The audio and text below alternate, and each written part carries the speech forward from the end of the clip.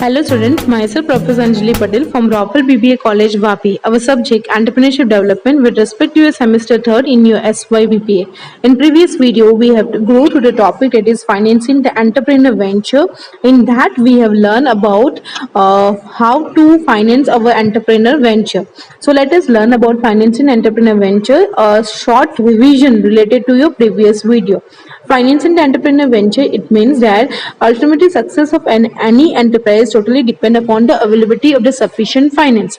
We need a finance at the initial stage of the business. We need a finance at the initial stage, at the development stage, and even while functioning the various department. So that was the introduction of your financing the entrepreneur venture. In that, we have learned about financing a new enterprise.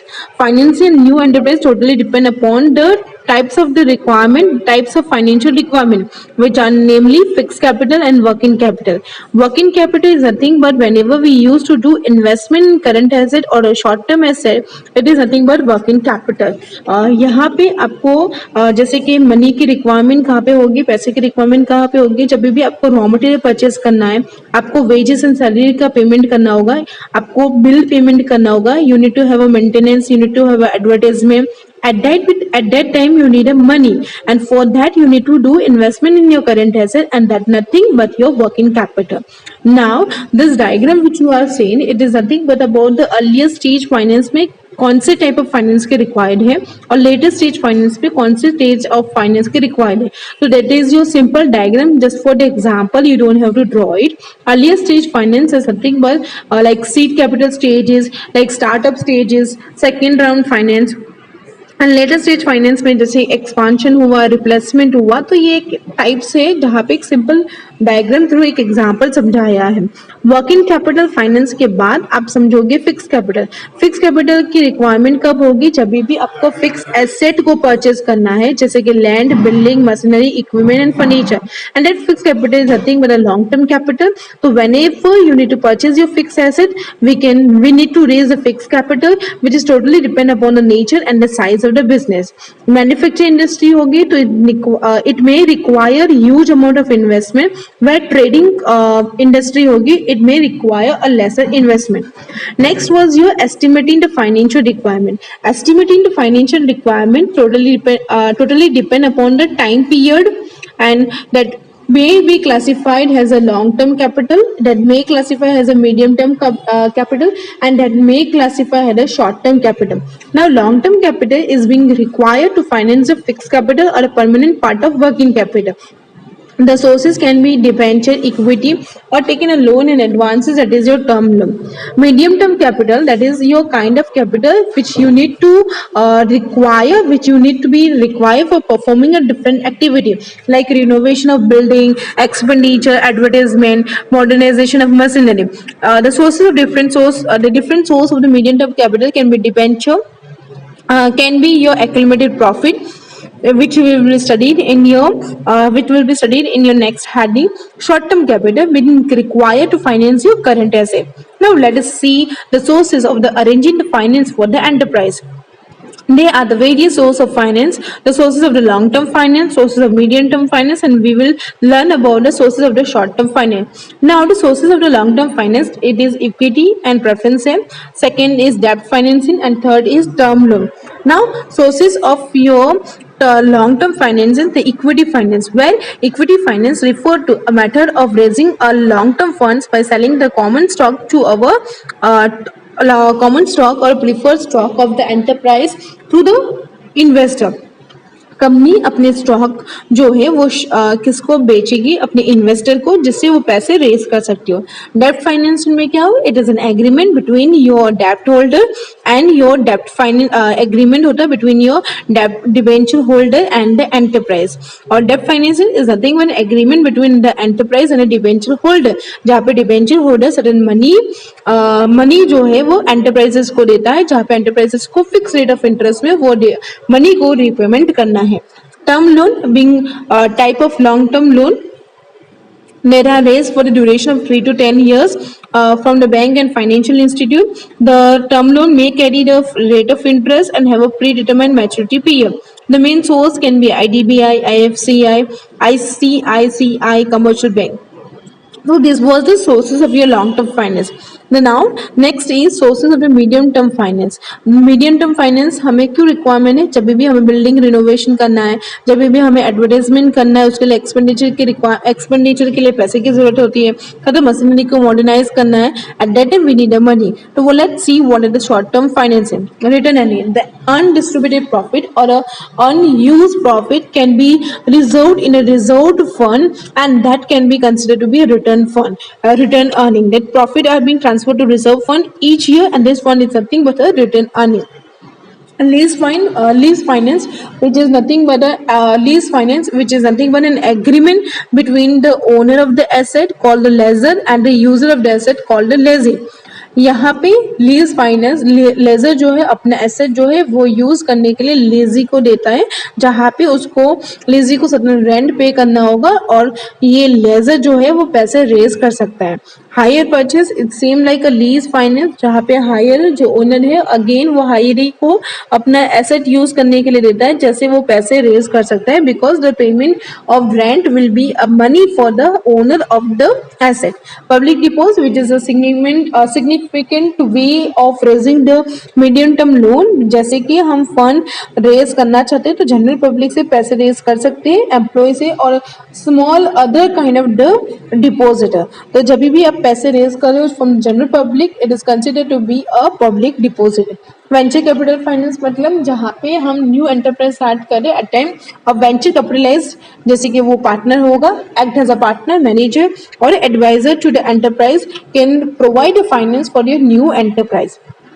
Sources of the short-term finance also being learned in your previous video.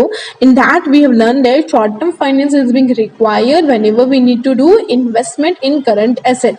The short-term finance में what are the sources of the short-term finance? First is your trade credit, जहाँ पे हम क्या कर रहे हैं कि जो सप्लायर है वो रॉ मटेरियल आपको सप्लाई कर रहे हैं, but at that immediate time आपको वो पेमेंट नहीं करना है. They are giving a days and after that buyer will make the payment. तो उधार में जब आप कुछ खरीदते हो उसको बोलेंगे trade credit. That is a transaction between two party, but the payment is not done, but the payment will be done later on. Installment credit, whenever you are having purchased something and that purchase amount means being paid by installment, that is nothing but an installment credit. The installment credit is another source of short-term finance in which amount that is borrowed is repaid with the interest in equal installment. The example about the purchasing a new plant and a machinery in absence of the fund for a time period. जैसे कि house हम खरीदते हैं तो loan उसका जो हम पे करते हैं that will be an installment credit. Cash credit being defined as an agreement between a bank and the customer to withdraw the cash exceeding the account limit से वो ज्यादा अपना कैश विड्रॉन कर सकता है. Commercial paper being issued by the highly rated company which is unsecured promissory note, because यहाँ पे कोई एसेट को सिक्योर करके आप नोट इश्यू नहीं करते हो. तो it is N unsecured promissory note, जहाँ पे हाईली रेटेड कंपनी जो होती है जिसका नेटवर्थ 4 करोड़ है वो कमर्शियल पेपर इशू करती है, उससे आप पैसे रेज कर सकते हो.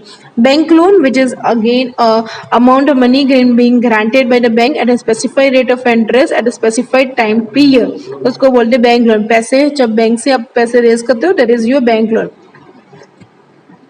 Next is your certificate of deposit, which is again a promissory note, but it is issued by your bank to the client for depositing the fund in the concerned bank for the fixed time period.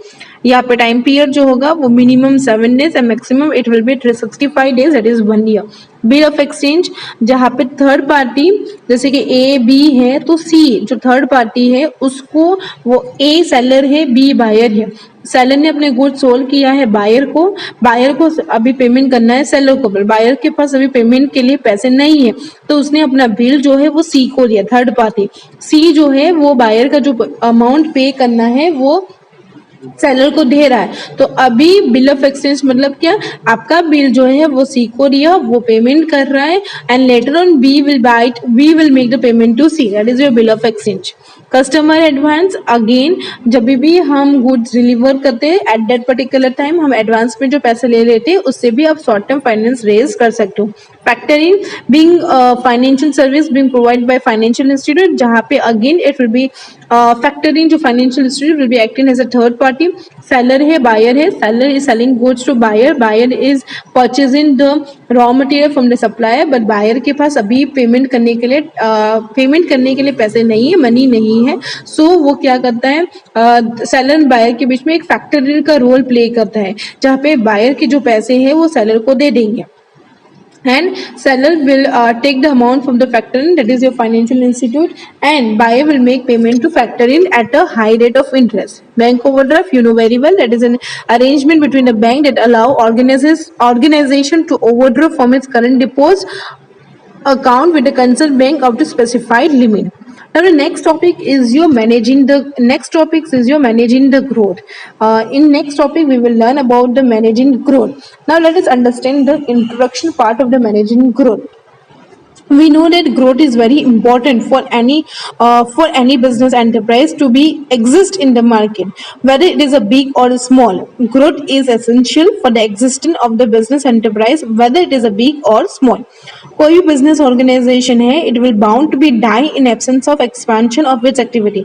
उसकी activity का expansion नहीं रहेगा तो it will be die, because उसका expansion नहीं होगा तो business का growth नहीं होगा, business का growth नहीं होगा तो it will be at loss, तो वो उसका नुकसान ही होगा. इसलिए growth is an important for any business activity. Growth is being required and growth is being important for any business enterprise. Now this growth is natural and it is an ongoing process. Growth is जो है वो natural होता है और वो ongoing process है. Many business enterprise started at initially and become big through continuous growth. पहले start करते हैं वो स्मॉल से स्टार्ट करते हैं, पर स्लोली एंड ग्रेजुअली वो कंटिन्यूस अपना ग्रोथ करके अपने बिजनेस को एक्सपांड कर सकते हैं, जैसे कि Dhirubhai Ambani. The best example of the growth is Dhirubhai Ambani, जैसे कि स्मॉल बिजनेस उसने स्टार्ट किया था, पर later on now it is at a large scale industry multinational company. That is an example of your growth, that is an example of the growth for your entrepreneurship. Now this growth जो हम पढ़ने वाले हो, that's called an जैसे कि business का growth है, totally start from your introduction stage to decline stage, तो वो उसको हम बोलेंगे enterprise life cycle. Enterprise life cycle is broadly been classified into 5 types. That is it been classified into 5 types. That is your startup stage. ठीक है, उसके बाद आपका क्या होगा, it will be your startup होगा. उसके बाद आपका क्या होगा, growth होगा. ठीक है, उसके बाद आपका लास्ट में जो होगा that will be your decline stage. तो let us learn about your growth stage. startup होगा, growth होगा, expansion होगा, maturity होगा and decline होगा. तो each stage has distinct characteristics. So we need to learn its characteristics also and we need to learn its strategy also, कि हर एक stage में कौन सी स्ट्रेटेजी हम अप्लाई कर सकते हैं. तो enterprise life cycle is being classified into 5 stage. That is your startup stage, growth stage, expansion, startup, growth, expansion, maturity and decline. और हर एक स्टेज की स्ट्रेटेजी हम पढ़ेंगे. Now first one is stage of growth. Startup stage में जहाँ पे this report to the birth और emergency of business enterprise in economy, यहाँ पे आपका बिजनेस एंटरप्राइज का इमरजेंस होता है, कब तो बर्थ होता है, जहाँ पे मार्केट में वो पहली बार अपना बिजनेस स्टार्ट करता है, जहाँ पे उसका प्रोडक्शन जो होगा वो लिमिटेड स्केल में होगा एंड स्मॉलर एरिया में होगा. He will not try to face any competition during this stage and profit will be earn during this stage at lower rate. Next is your growth stage. Growth stage being followed by your growth stage जो होगा being it is followed by the growth stage. यहाँ पे जो startup stage जो है it will take a part of your growth stage. ठीक है, during this stage your enterprise will be known and will be considered by the market. Market में आपका enterprise मतलब आइडेंटिफाई होगा. Production and sale will be increase, but your sale यहाँ पे जो profit जो होगा it will be increase. Production and sales जो होगा वो इंक्रीज हो रहा है, जहाँ पे supply fall short of demand for the product produce by the enterprise. Profit will be increase. Competitor begin to enter in particular product market. आप competitors को फेस करोगे तो enterprise at this stage try to change strategy from buy my product to try my product. ठीक है, सो startup stage में आप by my product करें, तो यहाँ पे ग्रोथ स्टेज में आप you will try my product. Next is your expansion stage. In expansion stage, your business will expand by the way of opening many branches, introducing a new product line. Business activity at this stage are being divided at the best benefit from the available business opportunity. So that will your expansion stage. Now your maturity stage. Maturity stage may you will have a keen competition. Sale increase but at a decreased rate. Profit tend to decline. Maturity में stability रहेगी. In this situation, marginal enterprise started leaving the market. ठीक है, यहाँ पे you will try to adopt suggest trading to survive करने के लिए आप अपना business जो है वो continue रहेगा. तो startup stage में आपका business जो है market में enter होता है. Growth stage में आपका sale बढ़ता है, production बढ़ता है. ठीक है, you will try to have a competition. Expansion में आप अपनी activity को expand करते हैं, branch open करते हो, you have a new product line. Maturity stage में आप क्या करते हो, अपना सारी चीज जो है वो स्टेबल हो जाती है. डिक्लाइन स्टेज में you are at the final last stage of the business enterprise. At that time the enterprise will find it difficult to survive either due to gradual replacement of the enterprise product. आपका product का कोई replacement हुआ, कोई new innovation हुआ का, तो that is a change in the customer behaviour. तो उसके कारण आपका स्टेज जो होगा वो डिक्लाइन स्टेज में होगा. सेल्स जो आपका टोटली ड्रॉप हो जाएगा. मे एंटरप्राइज मे इनका losses at the increasing rate. So this situation, enterprise prefer to close a business. That was your decline stage. Now let us see the type of growth strategy. Type of growth strategy, that is your expansion. You can divert your business, joint venture, merger, and subcontracting and franchise. Expansion, you know, it is an internal growth of business. You can enlarge or increase the line of activity, and expansion is a natural growth of business enterprise taking place in course of time. In expansion, you can either join hand with other party and you can have a expand your business. To expansion कैसे हो सकते हैं? It can be through market penetration, it can be through a market development, it can be through your market product development. तो market penetration के through, market development के through और product development के through आप अपना expansion जो है वो बढ़ा सकते हो. Now what are the advantages of the expansion? आपका growth जो है बढ़ रहा है वो naturally and gradually बढ़, that is your main advantages. Enterprise के कारण, एक्सपेंशन के कारण आपका ऑर्गेनाइजेशन स्ट्रक्चर चेंज होगा. एक्सपेंशन के कारण आपका रिसोर्सेज जो है वो मैक्सिमम यूटिलाइजेशन होगा. एक्सपेंशन के कारण you need to manage your enterprise in easy way. Expansion के कारण आपका economics of the large scale operation achieve कर सकते हो. Economic of large scale operation मतलब ज़्यादा आउटपुट प्रोड्यूस करते हो मिनिमम रिसोर्स से. ग्रोथ डिसएडवांटेजेस क्या है? ग्रोथ तो यहाँ पे हो रहा है but it will be a time consuming. Expansion in same product line, sometime expansion जो आप सेम प्रोडक्ट लाइन में कर रहे हो, जरूरी नहीं सेम प्रोडक्ट लाइन में कर रहे हो तो उसके कारण आप न्यू बिजनेस अपॉर्चुनिटी को ग्रैब नहीं कर सकते हो. And just because of the use of modern technology is limited due to limited resources, तो उसके कारण आपका कभी कभी ऐसे सिचुएशन हो सकते हैं कि कॉम्पिटिटर आपको भारी हो सकता है. That was the advantage and disadvantage of the expansion.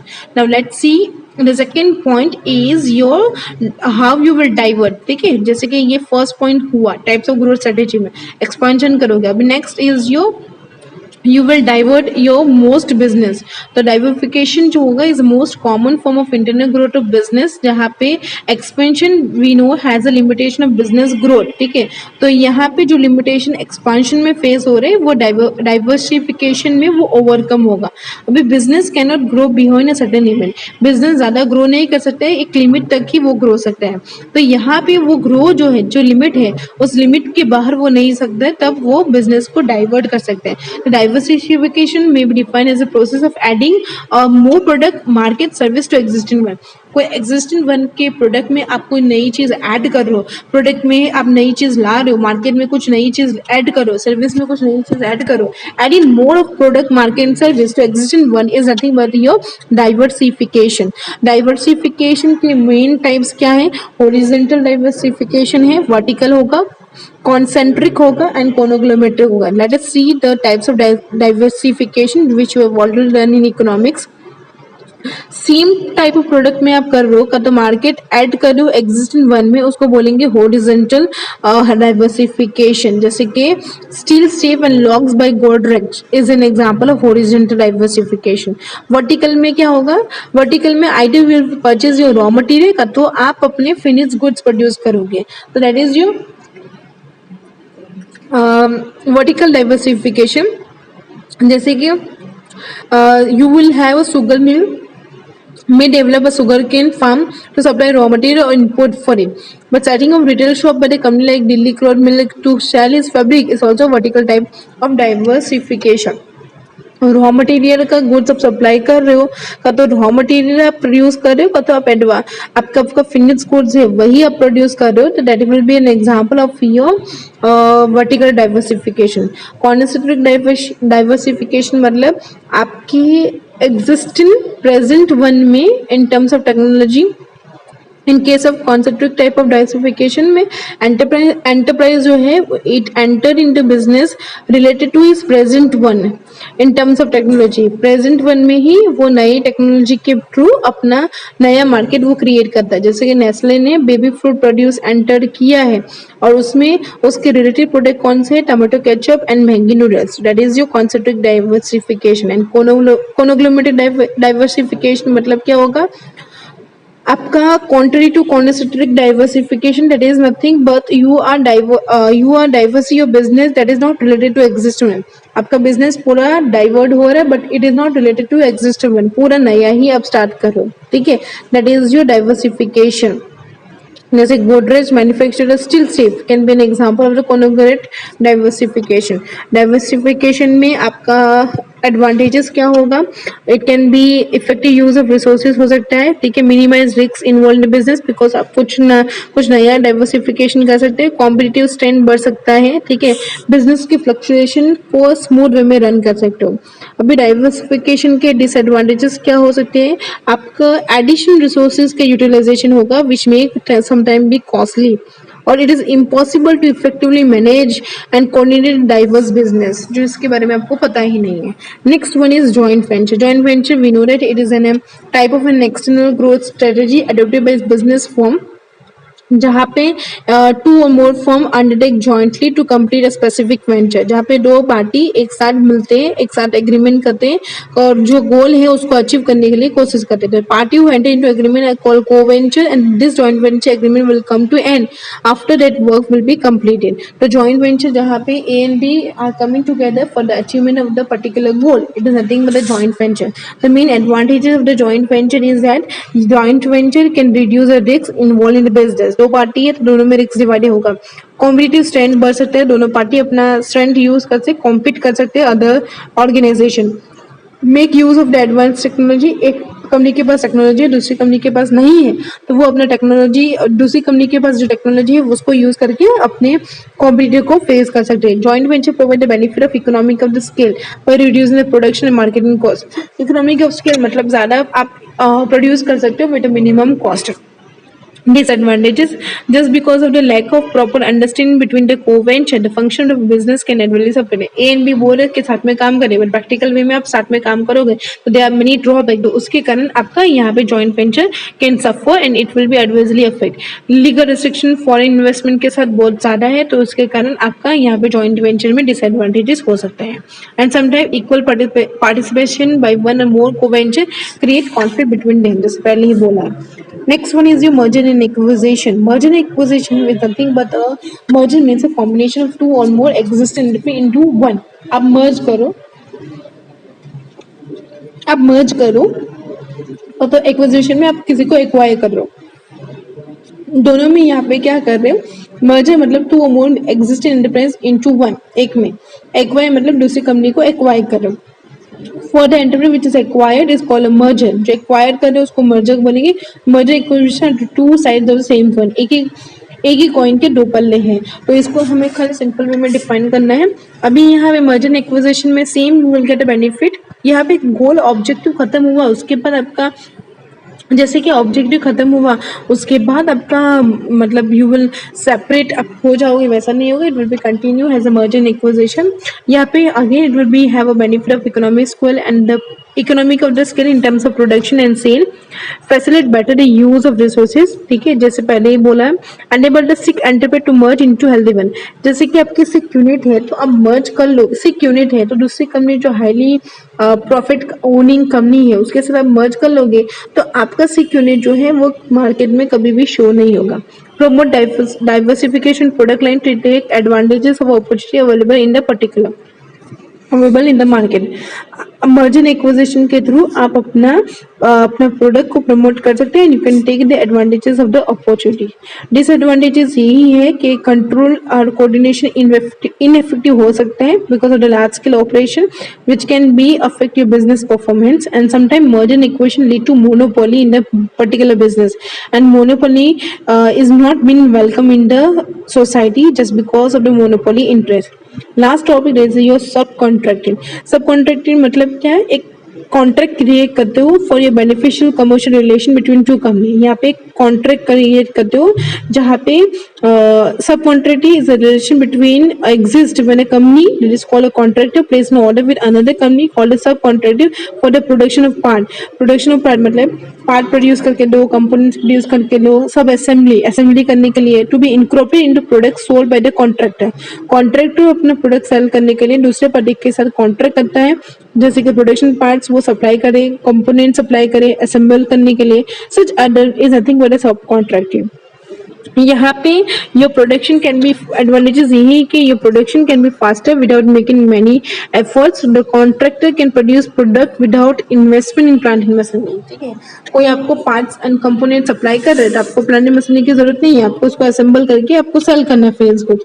तो ये कार में बहुत सारे कार में जब भी मैन्युफैक्चर होते हैं उसमें एग्जाम्पल होते हैं, क्योंकि कार एक जगह असेंबल होते हैं तो अलग अलग कंपनीज अपने पार्ट्स असेंबल करके वो अपना फिनिश गुड्स जो है दैट इज बीइंग प्रोड्यूस, और उसके बाद वो अपना कार जो है वो असेंबल करके कार जो है वो बेच सकता है। That is your example of your subcontracting. यहाँ पे it is suitable for to manufacture goods temporary only. ठीक है, एंड कॉन्ट्रैक्टर मेक जो कॉन्ट्रैक्टर है ही can make use of technical manageability of the subcontractor. Subcontractor जिसकी ability है उसका यूटिलाइजेशन कर सकता है।